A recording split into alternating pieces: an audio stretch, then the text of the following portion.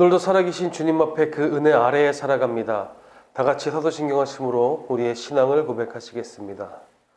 전능하사 천지를 만드신 하나님 아버지를 내가 믿사오며 그 외아들 우리 주 예수 그리스도를 믿사오니 이는 성령으로 잉태하사 동정녀 마리아에게 나시고 본디오 빌라도에게 고난을 받으사 십자가에 못 박혀 죽으시고 장사한 지 사흘 만에 죽은 자 가운데서 다시 살아나시며 하늘에 오르사 전능하신 하나님 우편에 앉아 계시다가 저리로서 산자와 죽은 자를 심판하러 오시리라. 성령을 믿사오며 거룩한 공예와 성도가 서로 교통하는 것과 죄를 사하여 주시는 것과 몸이 다시 사는 것과 영원히 사는 것을 믿사옵나이다. 아멘. 찬송가 220장입니다. 찬송가 220장입니다. 찬송가 220장 사랑하는 주님 앞에 함께 찬양하시겠습니다.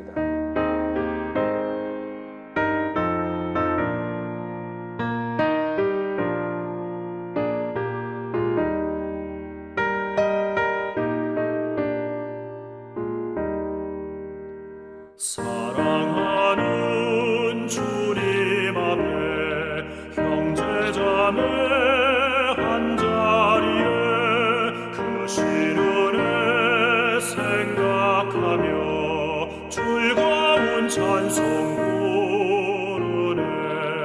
내 주 예수 본을 받아 모든 사랑 내 몸같이 환난 근심 위로하고 진심으로 사랑하세. 사랑하는 주님 앞에 온갖 충성 다 바쳐서 괴로우나 즐거우나 주님만 입서 섬기네. 우리 주님 거룩한 손 제자들의 어르시사 남 섬기는 종의 도를 몸소에게 보이셨네. 사랑하는 주님 예수 같은 주로 섬기나니 한 피마다 한 몸이로 형제여 친구들이여 한 몸같이 친밀하고 마음으로 하나 되어 우리 주님 크신 뜻을 지성으로 준행하세. 아멘. 오늘 함께 나누실 하나님의 말씀은 누가복음 5장 18절에서 26절까지 말씀입니다. 누가복음 5장 18절에서 26절까지의 말씀입니다. 누가복음 5장 18절로 26절까지 말씀 우리 한 목소리로 함께 보겠습니다. 한 중풍병자를 사람들이 침상에 메고 와서 예수 앞에 들여놓고자 하였으나 무리 때문에 메고 들어갈 길을 얻지 못한지라 지붕에 올라가 기와를 벗기고 병자를 침상째 무리 가운데로 예수 앞에 달아내리니 예수께서 그들의 믿음을 보시고 이르시되 이 사람아 내 죄사함을 받았느니라 하시니 서기관과 바리새인들이 생각하여 이르되 이 신성 모독하는 자가 누구냐 오직 하나님 외에 누가 능히 죄를 사하겠느냐. 예수께서 그 생각을 아시고 대답하여 이르시되 너희 마음에 무슨 생각을 하느냐. 내 죄사함을 받았느니라 하는 말과 일어나 걸어가라 하는 말이 어느 것이 쉽겠느냐. 그러나 인자가 땅에서 죄를 사하는 권세가 있는 줄을 너희로 알게 하리라 하시고 중풍병자에게 말씀하시되 내가 내게 이르노니 일어나 내 침상을 가지고 집으로 가라 하시매 그 사람이 그들 앞에서 곧 일어나 그 누웠던 것을 가지고 하나님께 영광을 돌리며 자기 집으로 돌아가니 모든 사람이 놀라 하나님께 영광을 돌리며 심히 두려워하여 이르되 오늘 우리가 놀라운 일을 보았다 하니라. 아멘. 예수께서 오신다는 소식을 듣고 거동이 불편한 중풍병자를 데려나온 사람들이 있었습니다. 그 사람들이 여자였는지 남자였는지 아이였는지 어른이었는지는 모르겠지만 중풍병자를 아끼고 사랑한 사람임에 틀림이 없습니다. 그렇기 때문에 그들을 중풍병자의 친구라고 말하려고 합니다. 그 친구들이 얼마나 사랑스러운 행동을 했는지 우리는 오늘 일화를 보면서 알 수 있습니다. 친구들이 예수님의 소식을 듣고 고민 없이 거동이 불편한 자신의 친구, 사랑하는 자를 위하여서 예수님께 데리고 길을 나섰습니다. 그런데 늘 그렇듯이 예수님의 주변에는 수많은 사람들이 있었습니다. 오늘 18절, 19절 말씀에 보듯 많은 사람이 있었기 때문에 무리 때문에 정상적인 방법으로는 아픈 친구를 예수님께 보일 길이 없었습니다. 그래서 그 친구들이 고하는 것이 바로 지붕을 뜯어 친구를 내리는 것이었습니다. 참으로 대단하며 귀여운 발상입니다. 어떻게든 아픈 친구를 예수님 앞에 내놓아야 했기 때문입니다. 그러니 지붕 뜯는 일쯤이야 충분히 할 수 있는 일입니다. 만일 그 행동에 대해 비난을 받는다 하여도 아픈 친구를 위해서는 얼마든지 감내할 일입니다. 사랑하기에 가능합니다. 사랑했기에, 친구들이 중풍병자를 아꼈기에, 그가 어떤 사람이었는지를 알았기에 가능한 일이었습니다. 동시에 친구들의 행동에는 분명한 믿음이 있었습니다. 아픈 친구는 예수 그리스도를 만나야 한다는 것입니다. 사실 이것이 핵심입니다. 예수 그리스도를 만나면 됩니다. 예수 그리스도를 만나면 모든 것이 됩니다. 그것이 친구들의 믿음이었습니다. 그리고 예수님께서 말씀하셨습니다. 그동안 우리는 이렇게 알고 있습니다. 우리가 아는 것은 혈루증 앓는 여인도, 문둥병에 걸린 사마리아 사람도, 맹인 바디메어 같은 사람들도 주님께서는 결국 그 자신의 믿음으로 말미암아 구원을 이루었다 주님 말씀하시지만 오늘은 조금 다르게 말씀하셨습니다. 어떻게 말씀하셨냐면 너의 믿음이 너를 구원하였다가 아니라 우리가 알고 있는 식의 도식이 아니라 오늘 말씀에는 중풍병자의 믿음이 아닌 친구들의 믿음을 보시고 중풍병자의 죄가 용서받았다고 말씀하십니다. 다 같이 20절 다시 한번 읽어보겠습니다. 20절입니다. 예수께서 그들의 믿음을 보시고 이르시되 이 사람아 내 죄사함을 받았느니라 하시니 그들의 믿음이 아픈 친구의 죄를 용서받게 합니다. 예수님께서는 왜 이렇게 말씀하셨을까요? 왜 친구들의 믿음으로 중풍병을 치유하신 것이 아니라 먼저 죄를 용서받았다고 하셨을까요? 매우 중요한 지점입니다. 시대적인 정황상 그들의 문화에서 아프다는 것은 죄가 있다고 여겨졌기 때문입니다. 그 자신의 죄가 아니더라도 부모에게서 죄를 찾을 수 있다고도 생각했습니다. 아픈 사람들에 대한 인식이 일방적이며 폭력적이었습니다. 이렇게 말하는 것과 같습니다. 지금 당신이 당한 고난은 당신의 죄 때문입니다. 정작 이런 말을 듣게 되는 사람은 그 죄가 무엇인지조차 가늠할 수 없을 때가 있는데 이미 유대 공동체는 그런 고정관념으로 아픈 사람들을 바라봤습니다. 그러니 예수님은 이 일방적인 시각, 어쩌면 폭력적일 수 있는 그들의 시각을 깨트려 버리십니다. 죄사함 받았다는 것입니다. 중풍병자의 문제가 죄가 아니라는 것입니다. 치유를 베풀기 전에 먼저 그의 죄가 병의 원인이 아니라 병과 죄를 연관시키는 것이 아니라 그런 고정관념이 가득한 연못에 큼지막한 돌을 던지는 것과 다름이 없었습니다.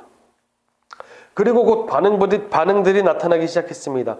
고정관념을 제공하는 주요한 사람들, 서기관과 바리새인들이 예수님의 권위를 두고 생각한 것들입니다. 그러자 곧 예수께서는 그들의 생각을 아시고 말씀하십니다.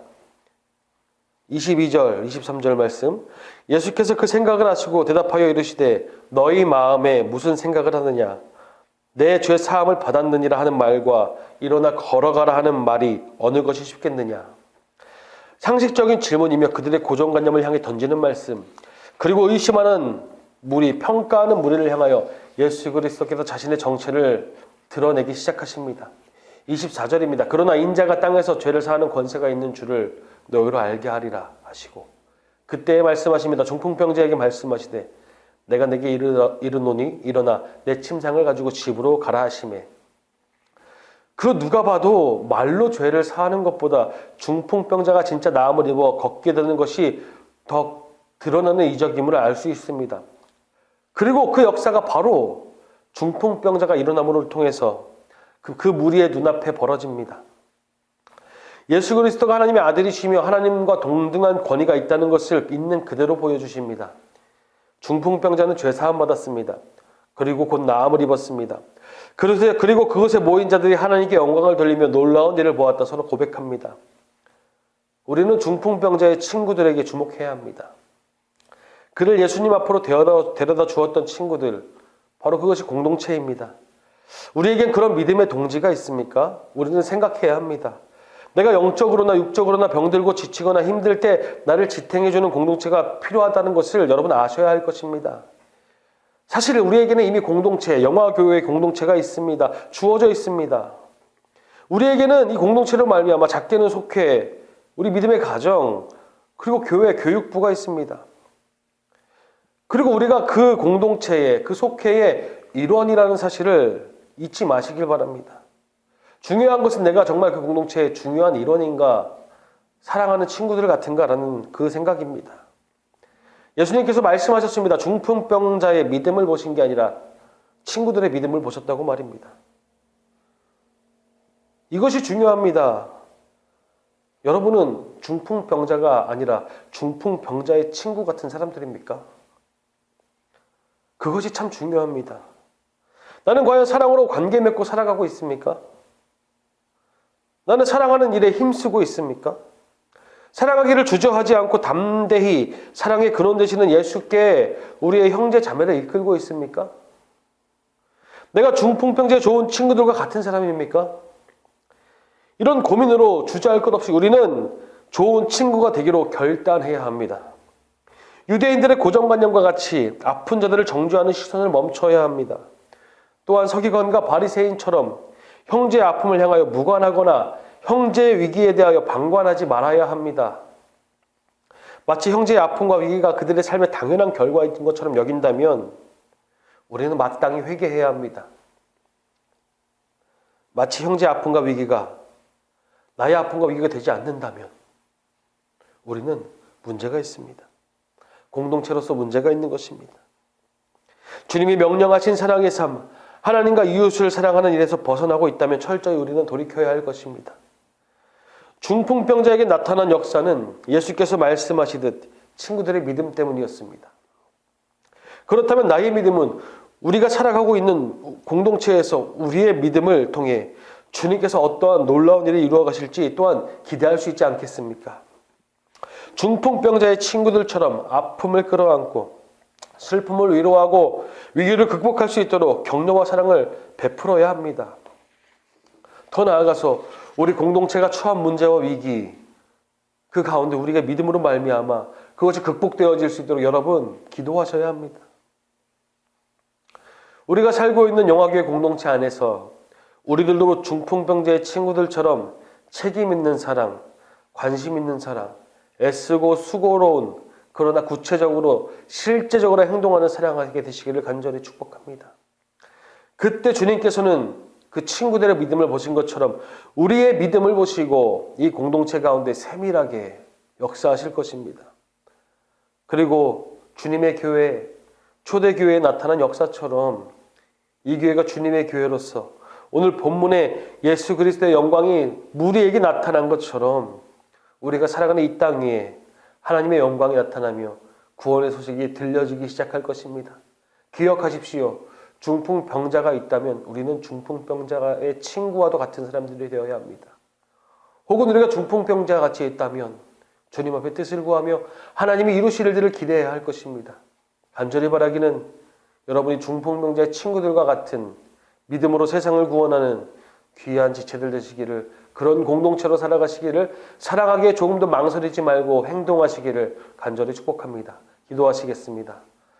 살아계신 아버지 하나님, 아버지 중풍병자의 친구들을 통해서 아버지 정말 우리에게 있었던 잘못된 인식들을 깨트리시는 주님을 발견합니다. 아버지 중풍병자의 병의 문제가 죄였다면 죄가 해결됨으로써 그의 병이 치유되어야 하는데 주님은 죄를 해결하시고 그 다음에 병을 치유하셨습니다. 다시 말해 죄와 병이 연관되는 것이 아니라 주님의 뜻을 이루기 위함이었음을, 또한 그 뜻이 친구들의 믿음으로 아버지 발동하는 뜻이었음을 우리가 보게 됩니다. 간절히 바라기는 우리가 기도하는 자들로서, 사랑하는 자들로서, 정죄하지 않고 안아주는 자들로서 우리가 이 공동체를 위해 살아가게 하여 주시고 우리가 살아가는 삶으로 말미암아 하나님의 놀라운 영광과 사랑이 우리의 공동체 가운데 심겨지고 뿌려지며 아버지 세워질 수 있도록 인도하여 주시옵소서. 중풍병자가 있습니까? 아파하는 자들이 있습니까? 주여 우리가 그들의 친구로서 서서 아버지 그들을 주님께로 이끌 수 있는 자들 되겠사오니 주여 우리의 공동체를 붙들어 주시고 우리가 기도함으로 이 위기와 고난을 극복하는 또한 위기와 고난을 함께하여 함께 하시는 주님을 보여주는 거룩한 공동체 되게 하여 주시옵소서. 감사합니다. 주님 살아계신 예수님의 이름으로 기도드렸습니다.